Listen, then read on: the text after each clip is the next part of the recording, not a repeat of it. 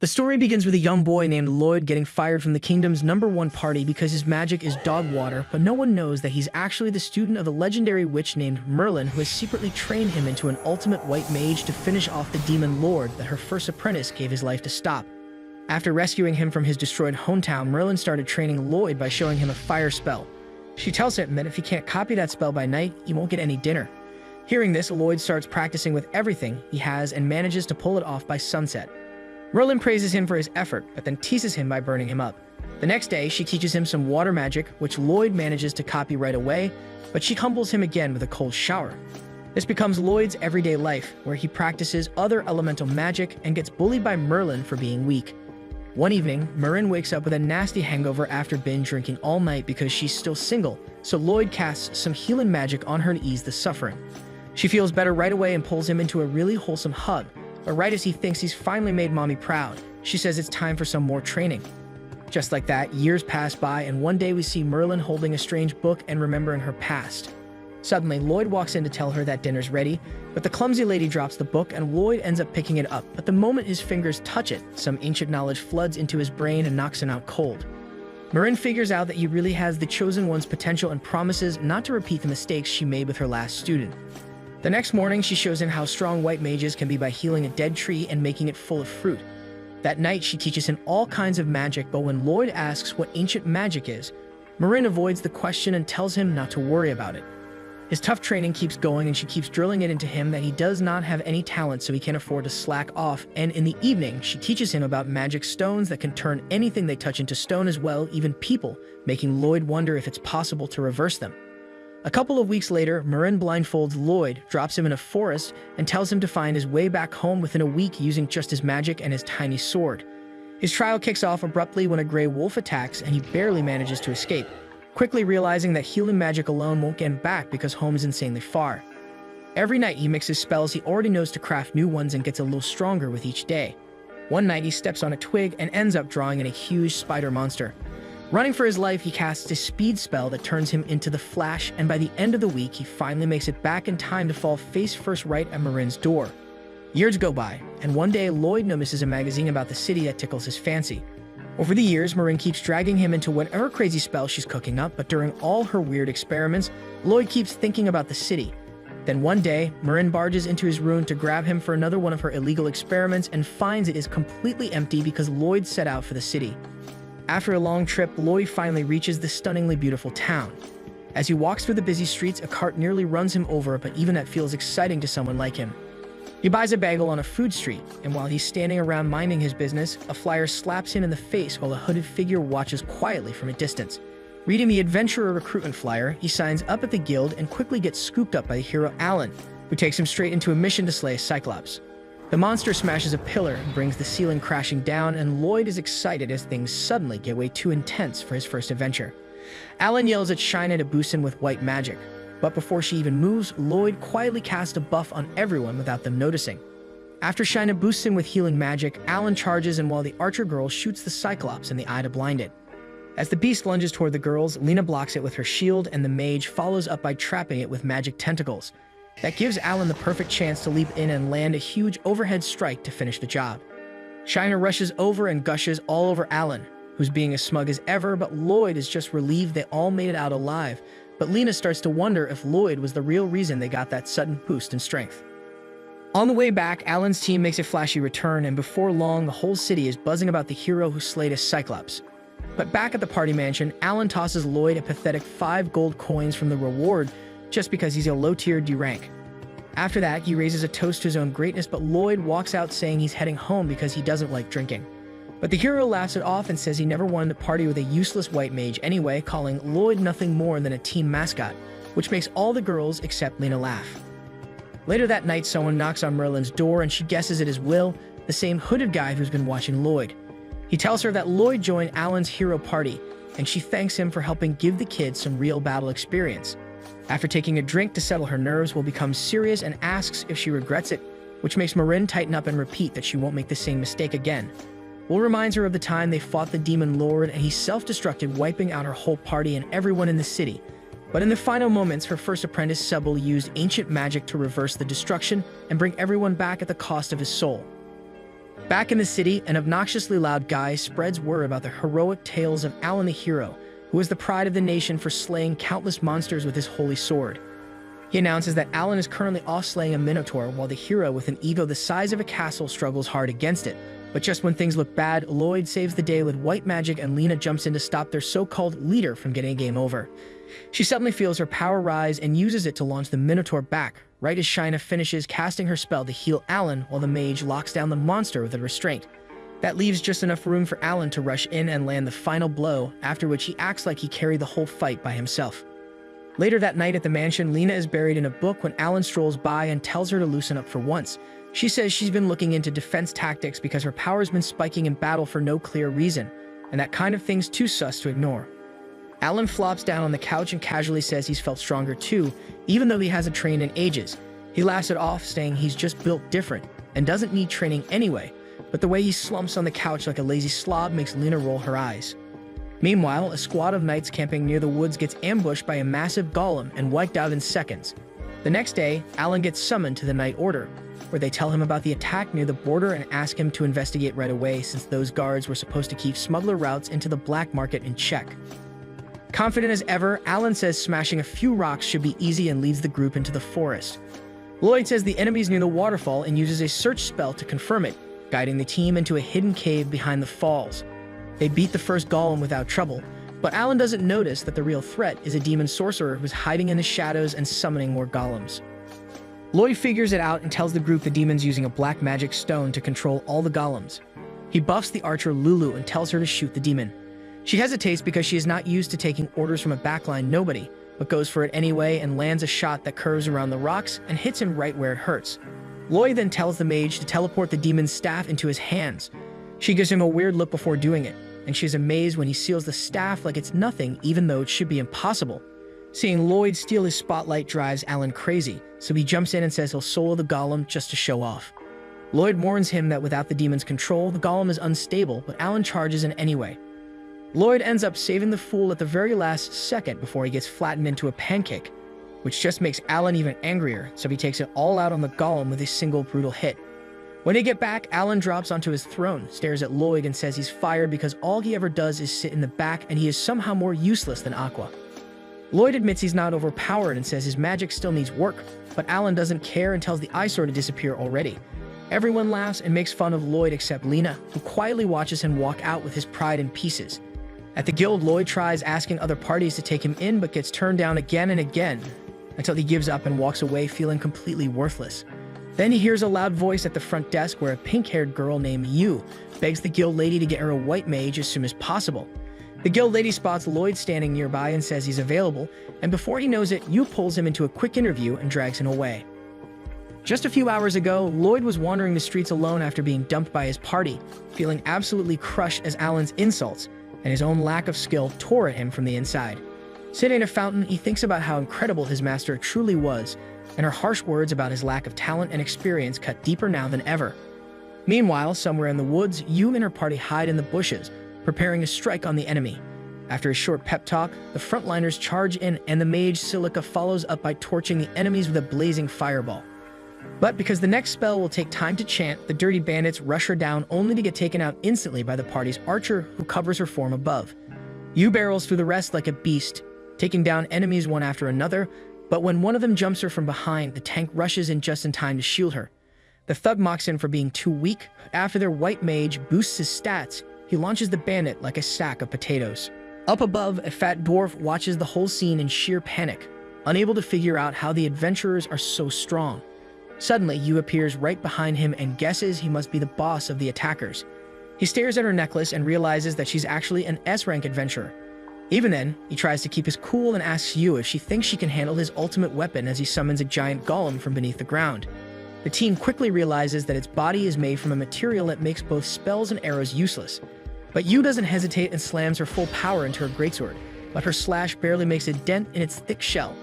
Knowing she needs more raw power, she calls out to the white mage Clum and asks for a stat boost. With her strength buffed up, she slices clean through the golem like it's made of butter.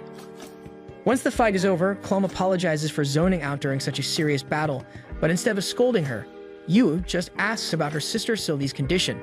Clum's expression turns dark and she quietly walks off, leaving the party behind. Around the same time, Lloyd was dragging himself through day 3 of his failed attempt to find a new party when you stumbled on him at the exact right moment. She couldn't care less whether he wants to join or not and just drags him along anyway. When they arrive, the others look disappointed that she didn't bring back a white mage, even though one is literally standing right there. With her usual energy, Yu starts to introduce him but stutters halfway through because she doesn't even know the guy's name, so Lloyd steps up and introduces himself to Dagas, the shielder, Cross the archer, and Silica the mage. Yu then proudly says she's the leader and welcomes him with a big grin, though Lloyd reminds her he never agreed to anything. The team isn't shocked though because apparently she has a habit of driving in randoms without warning. Cross says they might as well cancel their current job since finishing it without Clum is basically impossible and no regular mage could ever fill her shoes. Even Silica gently asks Yu to give up on the request, but the pink-haired girl flat out refuses and says there's no way she's ditching a client in trouble. Lloyd then asks why they don't just let another party handle the quest, and Silica explains that it's an A-rank job and there are no other A-rank parties in town right now, so only an S-rank team like theirs can take it. Lloyd can't believe he's standing in front of real S-rankers, but Alan's harsh words about him humble him just as fast. While he stands there looking depressed, Yu excitedly says they're all set if Lloyd is actually strong and grins at him with zero doubt. She takes him out into the woods and tells him to show the team what he's got, but all he can imagine are their disappointed faces when they see his skills are mid at best. Seeing him freeze up, Dagas tells Yu to at least give the guy a specific spell to test him, so she tells Lloyd to cast physical enhancement on the whole party. Lloyd is completely stunned and both Cross and Silica point out that it's impossible for a regular white mage to do that, but Lloyd just wants to double check if she'll really let him join if he manages to pull it off. Yu makes it clear that he's not allowed to cheat and has to enhance everyone at the same time. It sounds so easy that Lloyd wonders if she's trolling him for fun. Feeling the depressive aura come off him, Yu asks him if he can't actually do it and the others assure him there is no need to fake it. But Lloyd says it's a piece of cake and casually summons his staff out of thin air, which is enough to stun them, but he also casts the spell instantly without chanting. When he's done, Yu completely forgets about the spell itself and gets way more impressed by the storage spell, while Dagas questions if that was a silent cast and Cross feels so strong he could bench press a monster truck. Yu wants to test it herself and with one clean slice her sword sends the target flying and crashing far away. Everyone stares in stunned silence while Lloyd innocently says he just used 5 different enhancement spells on them. The team stares at him like they're ready to throw hands and Lloyd nervously hopes they're not mad since that was the least he could do. The awkward moment painfully drags on and Lloyd really thinks he's about to get kicked again. He politely explains that he knew from the start he wasn't good enough to replace the real S-rank white mage and tries to walk away with some dignity until Yu yells at him to stop right there. A few moments later, Lloyd stuns them all again by revealing he used to be in the heroes party with Alan, who's one of the only 4 official heroes in the world before he got kicked out for being too weak. Cross is disgusted by the high standards of that team, while Silica says he's the most talented mage she's seen in her life. Lloyd humbles himself again and gently asks what happened to their white mage, and Yu finally explains that Clum resigned to take care of her sick little sister. Even after adventuring all day, Clum looked after her sister all night and eventually burned herself out completely. In the end, she spaced out too often during missions and felt like she was becoming a burden, so she left the party. Lloyd listens quietly and understands their pain. Seeing how sad they all look, he realizes that Clum must have meant the world to them. He even feels a little jealous of how deeply her friends care for her. Still, he softly asks what exactly happened to her sister. The rice cooker with pink hair vaguely remembers it had something to do with her body slowly turning into stone. That instantly reminds Lloyd of what Merlin once told him about magic stones being able to transform anything they touch into magic stones as well. That spark lights something in his mind, and he immediately asks Yu to take him to Clum's house right away. At her door, Yu and Lloyd say hi to Clum, who has eye bags darker than Obama's. They head inside and ask about her sister's condition. So Clum explains that it all started during an old adventure when they were suddenly attacked by a monster. Yu guesses the monster caused Sylvie's state, but Clum quickly denies it and says she only found her sister passed out on the ground with no memory of what happened. Lloyd starts asking about symptoms, so Clum decides to take him straight to Sylvie to let him see for himself. The moment she opens the bedroom door, a thick dark energy pours out. Clum lifts the blanket to reveal just how advanced her condition is. Just as it seems hopeless, the goat himself walks up and says he might be able to fully cure her. Clum seriously doubts that some random white mage Yu found can fix something even advanced healing magic couldn't. He asks if anything with dense mana might have caused Sylvie's injury, and Clum suddenly remembers that there was a magic stone in the cave. Seeing the wound, Sherlock Holmes figures out that the stone pierced her and flooded her body with so much mana that it started turning to stone. Clum still doubts him, but Lloyd says that's what his master taught him, and Yu begs her to just trust him this one time. Hearing that, Lloyd does what he does best and starts sucking hard. He drains as much mana from Sylvie's body as he possibly can. Clum stares in pure confusion and demands to know what he just did, so Lloyd explains that he reversed a mana transfer spell to pull energy out instead of putting it in, which no one has ever done before. He says she'll recover if he drains all the excess mana down to almost nothing and heals her while doing so. He also mentions that Lum wouldn't recognize this healing magic because it's an old, wildly inefficient method that lets him burn off the mana he's absorbing while he heals. Yu questions if that's genius or not, and Clum explains that he's casting 2 original spells at once, and the fact that he's not even breaking a sweat is amazing. Both girls sit on the edge of their seats as Sylvie's magic shell disappears right in front of their eyes. After countless years stuck in a coma, her eyes finally open, and for the first time in forever, Clum watches Sylvie wake up. As the sun sets, Clum gives Lloyd her deepest thanks and tells Yu she's going to team up with her sister again like the old days, which makes Yu a little sad. On her way out, the ginger gives a smile to Lloyd and says she is glad her friends now have such a dependable white mage. Lloyd returns a gentle smile and says he is not worthy, but she tells him to stop doubting himself and just follow his heart. Later that night at the tavern, Silica and Daggis are still trying to believe Lloyd actually cured Sylvie, but he's being so annoyingly humble about it that Yu smacks him upside the head.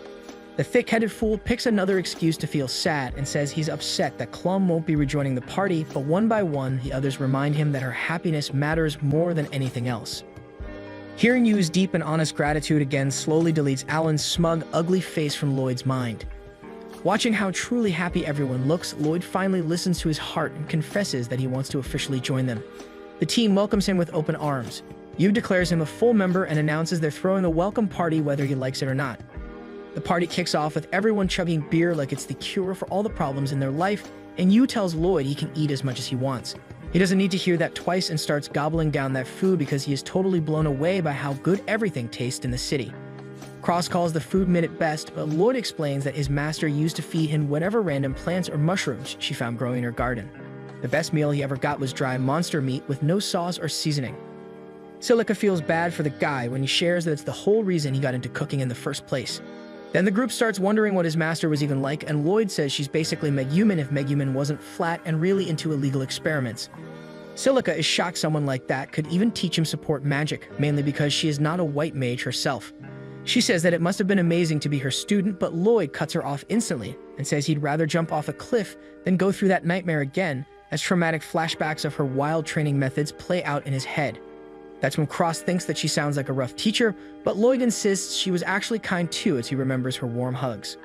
Once the party settles, Yu wastes no time and jumps right into strategy talk, but Daggis points out that Lloyd still isn't fully up to speed on how things work. Yu tries to slime her way out of it by admitting she's not great at explaining things, so Daggis tells her to stop whining and act serious if she wants to lead the team. With that, she pulls out the request and Daggis breaks it down. The mission is to stop a bunch of monsters that have been trampling farmland and wrecking crops. The weird part is that it's not just one species. Lloyd hears that and immediately doubts it because different monsters never work together, but Daggis insists that it must be true if the client said so. Yu then gets serious about helping the people in need, but Cross reminds her that if a full pack of monsters shows up, single target DPS like him and Yui are basically dead weight. Silica adds that her wide area magic hits hard, but she doesn't have endless mana to keep nuking monsters forever. The girl then looks at Lloyd, but he admits with a bit of shame that his offensive magic is also pretty weak. That's when Daggis lays out a 5-head strategy that he and Yui will gather all the monsters into one big cluster, and Silica will nuke them in one massive blow, while Lloyd and Cross stay in the back and cover them. Just imagining herself going full blast with Lloyd's buffs gets Silica excited, but Lloyd tells her to calm down and repeats that he got kicked from his last party because his powers weren't good enough. But Cross says he would rather have a teammate who knows he's weak than a faker. That gives Lloyd a small boost of confidence, and the team gets ready to head home after roasting Yu like they always do. As our boy walks off in the opposite direction, Daggis tells him to wait and asks why he's not coming to the inn, which makes Lloyd awkwardly admit he's been sleeping on the streets the past few days. Feeling bad for the guy, Daggis tosses him a bag of coins and says he'll just cut it from his future pay. Lloyd thanks him and promises to pull his weight, so Daggis grins and says he's curious to see what the new guy can really do. The next morning, he wakes up late as usual and finds the whole gang already outside. What catches her off guard is that no one's holding any backpacks. Turns out Lloyd packed everything inside his dimensional storage. After he stores her gear too, the ladies start fangirling over how insanely helpful he is, so Lloyd offers to teach them how to use storage magic too, because everyone is born with enough mana to pull it off. Daggis finds it hard to believe, but Lloyd says it's totally possible after some training. Cross dreams of all the arrows he could carry, while Silica also struggles to hold back her excitement. Before they head out, Yu twirls around like a Barbie because she is exploding with energy after getting Lloyd's buffs. The party reaches a deeper part of the forest, where Daggis explains that beyond those mountains lies the Magocracy, also known as the Land of Demons. They haven't attacked in a long time, but no one knows when they will try to take over the continent again. As they cross a sketchy rope bridge, the group starts to feel nervous, so Yu being Yu thinks is the perfect time to play a game where everyone has to answer her dumb riddle with an even dumber answer. Lloyd stays silent while the others act like kids, but Yu pushes him to join and tells him to crack a joke. Lloyd refuses and says his master raised him to be a certified Chad, so cringe isn't in his vocabulary. Cross tells him to relax and just shout out whatever first pops into his brain, so Lloyd locks in, but Yu warns him there's no point playing if he takes it too seriously, because the whole idea is to blow off steam during tough quests.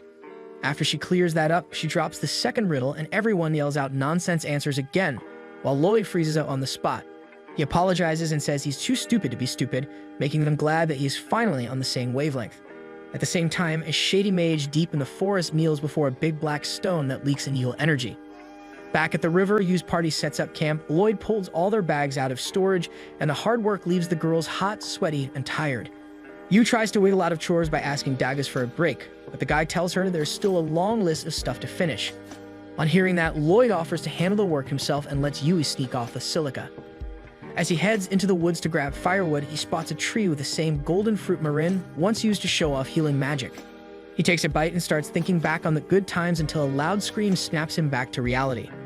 The screams are from Yu and Silica, who are trapped between a giant basilisk and a waterfall. Without wasting a second, Lloyd rushes toward them and casts fire magic while he slides down the cliff. His fireball slams into the snake, instantly grabbing its attention, and he yells at the girls to get to land as fast as they can.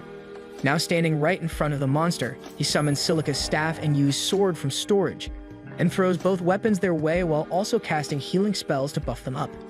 As the huge snake dives in to bite Lloyd's face off, Yu flies in and slices it clean in half like a sushi chef before landing next to him. The basilisk gets really angry and starts moving around like crazy, so Silica hurls a giant fireball that cooks the thing to medium rare in a single shot thanks to Lloyd's buff, even surprising her with how strong her magic's gotten. When Yu asks Lloyd to stash her sword again, her towel falls off, so she punishes him with a solid slap across the face.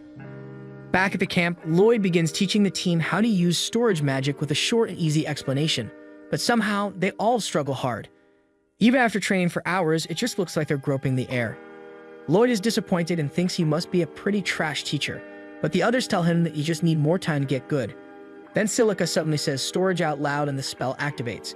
It quickly hits Yu and the rest that they are not geniuses like Lloyd, so they need to chant to use the spell, and by sunset, Silica gets the hang of it. As night settles in, a thick silence fills the forest. Lloyd keeps watch beside Yu while the rest of the crew sleeps. She quietly takes a seat next to him since no monsters are nearby and shyly thanks him for tagging along with her mess of a party. Lloyd admits he was just as hopeless before joining them. Even so, Yu says she feels bad for driving him into her mess without asking first, which reminds Lloyd of how she suddenly got really serious about their struggling client. He asks why she's so determined to finish the request. Yu awkwardly laughs and says that it reminded her of home. Back when she was little, a monster horde wiped out her entire village, and she was the only survivor. Also, she really feels for the people because the village is cut off from the outside and the people will run out of food if the monsters destroy their fields. Just then, Lloyd cuts her off as he senses something coming. He is ready for a fight and tells her to wake everyone else up. Not too far from camp, they spot an army of pollarks, just like the quest mentioned. As they wonder where the bugs are going, Lloyd spots a second swarm coming straight for them and signals the group to slowly back up. But Yu being Yu steps on a stick. That loud crack echoes through the forest, and just like that, the three monsters turn around and charge at them. They take off running at full speed, but one pollark jumps in and blocks the path, while two more come from the sides. Taking their weapons out of the storage, they huddle up and try to defend against sticky web attacks from 3 different angles. The spiders move smartly, and one even manages to steal Silica's staff during the chaos. Lloyd and the others quietly wait like it's a turn-based game, and the second the monsters finish their round, he puts on his game face and casts his enhancement magic on the whole squad.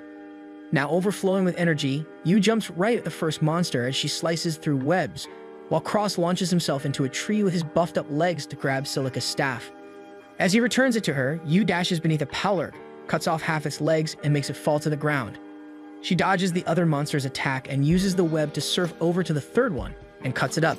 That's when Lloyd calls out to Cross and Silica to finish them off, so Silica fires off a fireball which splits into 3 smaller fireballs that light up the arrows Cross fires off, causing the monsters to burn on contact. Once the battle is over, Lloyd apologizes for giving orders out of nowhere and thinks Yu will be mad at him. Instead, Daggers backs him up and says he should do that more often because he's actually pretty good at it, while Yu thanks him for coming in clutch. Lloyd regains some of his self-respect after hearing that, and the very next day, his students make him proud by pulling off storage magic on the first try.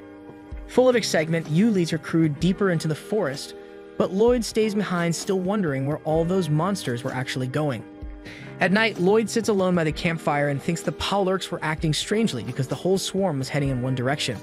Just then, Yu asks him out of concern if he really wants to keep watch all by himself.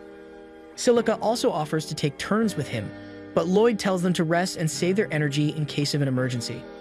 Yu worries about him, but he tells her it's no big deal because this is the least he can do for them. That just makes her even more upset, but Silica steps in and calms her down, while Daggers and Cross quietly peek out from inside the tent. The next day, they push deeper into the woods and Yu still feels bad for Lloyd. During the break, she sees him cast some odd magic and asks him what it is. Yu tells her that he used Detect to check that there are no lurking monsters. He himself is surprised that he can use that kind of magic, but he shrugs it off as nothing special and says he'll run it constantly to keep the party safe from surprise attacks. That amazes Yu, and she asks if it isn't a burden, but he reassures her he's fine. She tells him to ask if he ever needs help, and he flat out says no. Yu goes quiet on hearing that and walks away feeling down while Lloyd is clueless. Later that night, Lloyd keeps watch alone, which makes Yu suspect he doesn't trust her party. She thinks his powers are amazing but feels hurt that he won't lean on them. Seeing her worry, Silica tells her it'll take time to build trust, just like it did with them, and reminds Yu that Lloyd pushes himself because he underestimates his own worth. Hearing that, Yu finds him mysterious and feels a little curious about his past. Silica chimes in that she can't wait for him to open up about his cool backstory, and Yu also gets excited for that day. On the outside, Daggers tells Lloyd he needs to talk, but Lloyd says he can't leave his guard duty. Cross then steps up like a champ and offers to stand guard instead. Watching them head into the forest, he wonders if their plan will really work. After that, Daggers sets up a clever alarm that makes noise whenever monsters pass by, and then tells Lloyd he built it so his friend can rest. That makes Lloyd uneasy, but Daggers confidently explains that this is how they stayed safe at night before Lloyd joined. He tells Lloyd to get some sleep, but Lloyd argues he can't use his detect spell while unconscious. Hearing that, Daggers feels offended that Lloyd doesn't trust him, and Lloyd quickly assures him that he has no doubts about the cool alarm system and he just wants to be extra safe. However, Daggers brings up the question that's been on everyone's mind, which is if Lloyd has any trust in his own party. Lloyd is caught off guard as Daggers points out that he always takes night guard duty alone and never relies on them, which makes it safe to assume he has trust issues. At that moment, Lloyd remembers Merlin saying he's not good at doing anything by himself and Alan calling him a useless slob, so he says that he pushes himself hard to avoid holding his team back. To his surprise, Daggers tells him he is completely fine with Lloyd holding them back and proudly says they formed a team to cover each other's weaknesses, because that is the whole goal of teamwork, so Lloyd should learn to rely on them more. At that moment, Lloyd facepalms because he never even thought of something that obvious before, and Daggers genuinely wonders how he managed to survive till now. Then Lloyd nervously asks if it is really okay for him to be a useless teammate, but Daggers assures him that he's anything but useless, so he should relax and get some sleep. Back at the campfire, Lloyd finally lies down with the others, and the simple fact that he now has comrades he can actually rely on makes him feel genuinely happy inside. The next morning, he walks up to Yu and finally builds up the courage to ask her if she could fetch him some water. Yu instantly lights up the moment she hears that while Lloyd smiles awkwardly. With that, the two of them head into the forest together while the other 3 secretly stalk them from behind, feeling proud. Meanwhile, in a mansion far away, a spy reports to his purple-haired master named Michael that the magic stones have been placed exactly according to plan, which allows Michael to magically pinpoint a special location on the map. Then Michael asks the spy about the powerful adventurers from Ishtar, and the spy confirms that most of them were sent on a mission to handle the monster swarms, just as they had planned, and now only the weaker ones are left in town other than the hero's party. Michael says it's a shame they couldn't get rid of the hero, then grins with excitement to see how long the hero's party will hold them back. After that, Michael orders his spy to inform the client that their time has finally come with an evil grin on his ugly face. Meanwhile, back in the forest, Lloyd and the others start to feel that the woods are suspiciously quiet, and Cross says it's really strange that they haven't seen a single monster since they left camp. Yu tries to stay positive and asks Lloyd if it's thanks to his magic, but he makes it clear that his spell only detects monsters and doesn't scare them away. Hearing that, Dagus gets worried about what's going on, so Lloyd expands his detection range when suddenly, he senses something really dangerous nearby. Yu quickly asks what it is, and he reveals that there's a huge monster horde just 2 kilometers ahead of them, which Cross thinks is exactly where they are going. But before Lloyd can confirm it, Yu suddenly takes a timeout because she just can't believe how massive Lloyd's detection area really is. He casually says it's pretty average for a mage, while Silica laughs and points out that it's actually 10 times bigger than what normal mages can do. Before Yu can take the conversation off track, Dagus quickly reminds everyone that they have a bigger problem to worry about. With that, they head to the farm where the number of monsters is way higher than what was written in the original quest. Looking from above, Yu says she's never seen this many high wolves gathered in one place. But what concerns Lloyd more is the large group of monsters he can't detect anymore. Silica also points out that the forest has many monsters more powerful than high wolves, which means all of those creatures have gone somewhere else. Just then, Lloyd gets an idea and asks Yu if she knows where the farm's owner is because he wants to ask him some questions, but she tells him the man got injured and is living in town with his son. Right then, Cross spots something in the swarm and tells everyone he sees a strange stone in the field, but Silica and Yu don't see anything. Hearing that, Lloyd casts a spell to zoom in and also spots a huge big black rock. After Yu begs him to use the spell on her too, he casts it on everyone, and they all get chills after watching the creepy aura coming from it, which Lloyd thinks is dark magic. Looking closer, he confirms it's orc magic, which is a rare power that some orcs use to control monsters. Then Lloyd senses something and uses his detection magic again, only to discover that another massive horde of monsters is heading right toward them, and this time there are thousands of them.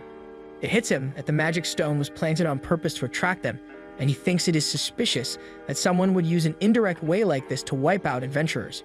Losing all hope, Cross suggests they should just run for it, but Yu gets angry and refuses to abandon the farm. Cross asks her if she really thinks they can handle 1,000 monsters, which makes her go quiet, while Dagus and Silica point it's already too late to run even if they wanted to. At that moment, Lloyd confidently says he has a plan to win, but first, they will need to destroy the magic stone. He turns to Cross and asks if he can hit the target from that distance, and Cross says he won't miss even though he can't promise the stone will break, and that's good enough for Lloyd. With that, Cross locks in on the target while Lloyd uses every enhancement spell he knows to make the shot so powerful that it instantly shatters the crystal. Cross is blown away by how strong the spell was, and Lloyd explains that he cast his magic on both Cross and his weapon. Lloyd's clever thinking leaves the whole team shaking, but he says the only thing he really did was use support spells, so the real hero is Cross, who shot up the magic stone like an American school. After that, Yu notices the wolves are now fighting each other, and Lloyd explains that their instincts came back just like he planned. That amazes Yu, but he reveals the monster horde is still coming full speed, even though the stone isn't controlling them anymore. With that, Lloyd and the others stand ready outside the forest to face the incoming horde. Spiders, wolves, and all kinds of nasty monsters come rushing out of the forest, and even while Silica and Yu start to panic, Lloyd tells them to hold on until he gives the signal. They all grind their teeth and hold their ground until the very last second. Just as the monsters leap towards Silica, Lloyd finally gives the signal, and she swings her staff to create a fire tornado that instantly vaporizes everything it touches. Seeing that, Yu is stunned and asks what Lloyd did to her, and casually explains that he just boosted her magic power and made her spells more efficient. Then he asks Silica if she can do it again, and she says she still has enough magic left for 5 more spells. He tells her to switch to wind magic next, and after that, he runs over to Cross, who's been waiting for his turn now that all the monsters are blinded by all the smoke from the forest fire. Using telepathy to link their minds, Lloyd shares the locations of every bird monster hidden inside the smoke. Now that he sees the bird monsters crystal clear, Cross starts mowing them down one by one like a hitman with a sniper rifle. Then Lloyd rushes back to Silica to pull off the final step of his master plan. When she tells him she's out of mana, he gently holds her hand and transfers all of his remaining mana to her. Using his magic, she casts one last spell to put out the fire raging through the forest, but then collapses from using too much magic. Dagus and Yu cheer for her heroic save and then thank Lloyd for coming up with such a 5-head plan, but he humbly smiles and says he was only doing his job as the support. With that, Dagus and Yu go off to clean up the remaining monsters, while Lloyd drops onto his back and thinks to himself that he still has a long way to go if even a short fight like this left him wasted. But that's where this video ends. Remember to like and subscribe to the channel. Thanks for watching, and I'll see you next time.